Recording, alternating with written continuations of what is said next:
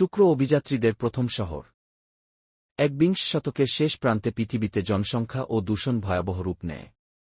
মঙ্গল গ্রহে বসতি গড়ে উঠলেও বিজ্ঞানীরা নতুন দিগন্ত খুঁজছিলেন।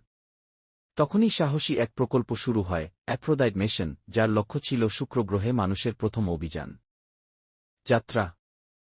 এক বিশাল মহাকাশযান অরোরা পৃথিবী থেকে উড্ডয়ন করে। ভেতরে ছিল ২০ জন বিজ্ঞানী, প্রকৌশলী আর চিকিৎসক। শুক্রের পৃষ্ঠে নামা অসম্ভব জেনেও তারা লক্ষ্য স্থির করে ভেসে থাকার মতো শহর তৈরি করবে। আগমন।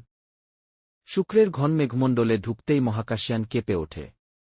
জানালার বাইরে ছিল অদ্ভুত কমলা আভা, আর নিচে ভয়াবহ বজ্রপাত। ভেতরে থাকা অভিযাত্রীরা নিঃশ্বাস আটকে তাকিয়ে রইল। শেষে তারা অবতরণ করে পৃষ্ঠ থেকে প্রায় ৫৫ কিলোমিটার উপরে, যেখানে তাপমাত্রা মানুষের সহনীয়। শহর ভাষা।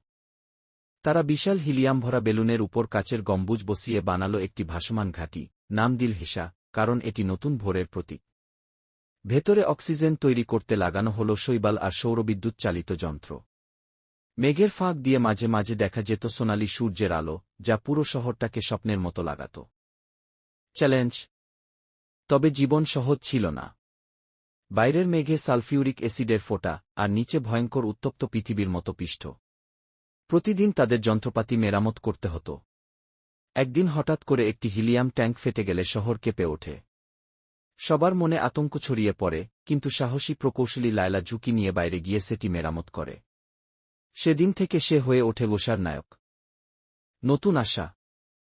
মাসের পর মাস গবেষণার পর তারা বুঝতে পারে, শুক্রের উচ্চ মেঘস্তরে বিরল কিছু খনিজ আছে যা পৃথিবীর শক্তি সংকট মেটাতে পারে। খবর পৃথিবীতে পৌঁছালে মানবজাতি নতুন করে আশা পায়। শেষ দৃশ্যে অভিযাত্রীরা কাচের গম্বুজের ভেতর থেকে শুক্রের সূর্যাস্ত দেখে। আকাশজুড়ে কমলা আর লাল আলো, মেঘের গায়ে প্রতিফলিত হয়ে মনে হচ্ছিল যেন আগুনের সমুদ্র।